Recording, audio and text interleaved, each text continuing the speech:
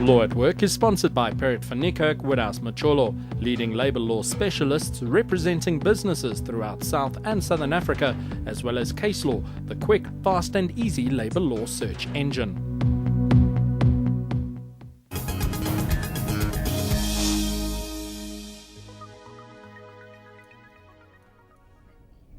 Hello, I'm Simon Colman and welcome to this week's edition of Law at Work. Anyone who has visited a hospital or school recently will have been made acutely aware of the strike gripping the public sector. Many ask whether the strike action ever truly helps those most in need and what the real impact is of mass action on the economy. With me in the studio is Dr. Duncan Innes to give us some insight. Welcome, Duncan. Good evening, Simon. Duncan, perhaps before we get into things, a lot of people are saying that 2007 is possibly the year of the strike. And these things seem to happen every 2 or 3 years. Would you elaborate on that? Well, I think in the public service sector, there have been problems in the past 2 negotiations. The first one in 1999, when the parties couldn't agree and the government unilaterally implemented their offer. And then in the last ones in 2003, there was also a lot of activity and a one-day strike around that issue, but then there was a settlement. So this is continuing that trend, but this one is a lot more serious than before. I could also add that I think other negotiations that are going on and just starting now in the mining industry, the metal and engineering industry, they look as though they're heading for a bit of trouble as well. Yes. Duncan, why would this strike have happened? I mean, is there something that could have been done to avoid it? Well, I think that's a good question, given that they actually started negotiations in October 2006. So I think there was plenty of time to try and find common ground and to sort out the issues around which they needed to negotiate. But for some reason they didn't get to common ground, and when the government first put in their wage offer at the beginning of May this year, it was 5.3%, which was below the rate of inflation. Yes. CPIX at that stage was at almost 6%. And the unions came in at 12%. So really they hadn't, in the preceding period, they hadn't bridged that particular gap. Right. There were also a whole lot of other issues. One was that the unions were looking for a 1-year agreement. Yes. Government wanted a 4-year agreement, which they wanted it to expire after the Soccer World Cup in 2010. So 2010 does come into this? Absolutely, absolutely. And I think the compromise that we'll see is that they'll be negotiating wages and salaries again probably in 2 years' time, which will be 2009, just prior to the World Cup. And there'd be a lot more pressure on the government, one would imagine, at that point. I would have thought so, yes. Duncan, how does the strike affect other industries? I mean, it would appear to most people that it started off with the educational facilities and also in the health sector, and then just seems to be spilling over into all these other areas. How does that happen?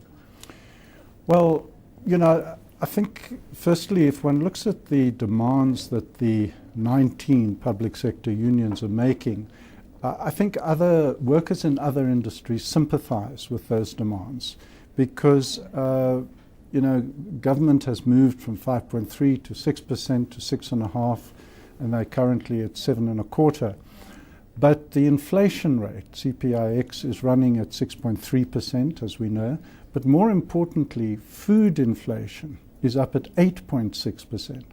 Now, if you're a low-paid worker, low-income households in South Africa, food constitutes over 50% of household expenditure.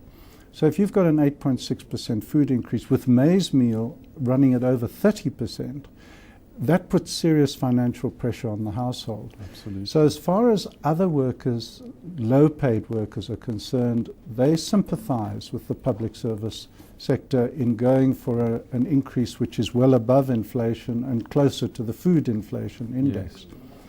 So that's the one thing. I think the other issue is that this is an important year politically for South Africa, and there's the question of the successor to the president, right, which is going to be decided hopefully in the December Congress. Okay.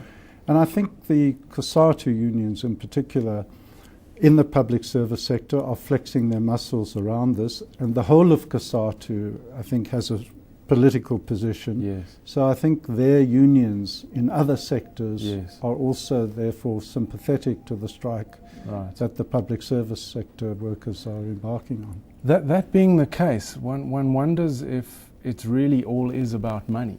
I mean, the people that are striking at the moment, they care about the issue of food, what it costs, where is this money going to come from. There seems to be a much bigger picture at play here.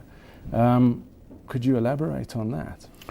Well, I think every strike will have different components to it, and I think this year, because of the succession issue, yes, the political component is a very important one. But there are also other issues, the financial one, as we've talked about, but also in the public service sector, the government is wants to move all its employees onto a single medical aid scheme. Right. And that's caused problems because people feel public service employees who've been with other medical aid schemes are reluctant to move in on to the private sector, medical schemes. Correct. In the private sector. Correct. And this is one government fund that we're talking about now. Exactly. Okay. So they're reluctant to give up their private sector medical aid and move into the government one. Right. So that's an issue feeding into it. The inflation in house prices impacts on the housing allowance that government gives Of their course. employees. So they're wanting more in that area. And of course we also have high oil prices translating into high transport costs. So all in all, there are a number of different sorts of issues that are impacting on the strike. Duncan, many people sitting at home would be going, well, why don't they just give them what they want? Why don't they give them a 12% increase? Why is that? Why wouldn't that be the case? Well, I think there are two reasons. The one is it's obviously a question of affordability. According to the Minister, Geraldine Fraser-Moleketi, if they were to have conceded the full 12%, it would have added 200 billion rand to the employee costs of government, which are currently at about 544 billion. Wow. So it would have taken it up to 744 billion. But I think there's another reason which is important in the strike, is that the government are keen to try and employ more highly skilled professional people, management people, and they want to reward them, including school principals, doctors, senior nurses, etc. So they want to reward them so that they can attract people from the private sector. Right. The problem is and therefore what the Minister has put into her proposals is there should be special occupational specific dispensations. Right. So those people, say for example, government settles at 7.25%, they would get that plus an additional amount. Right. So they're going to be probably quite well off. The question is, who finances that additional amount? Exactly. And the union's concern is that it's being financed by holding back the increases of everybody else. Duncan, I'm sorry, that's all we have time for. Thank you very much for joining us in the studio. And that's all for this week. Until next time, goodbye.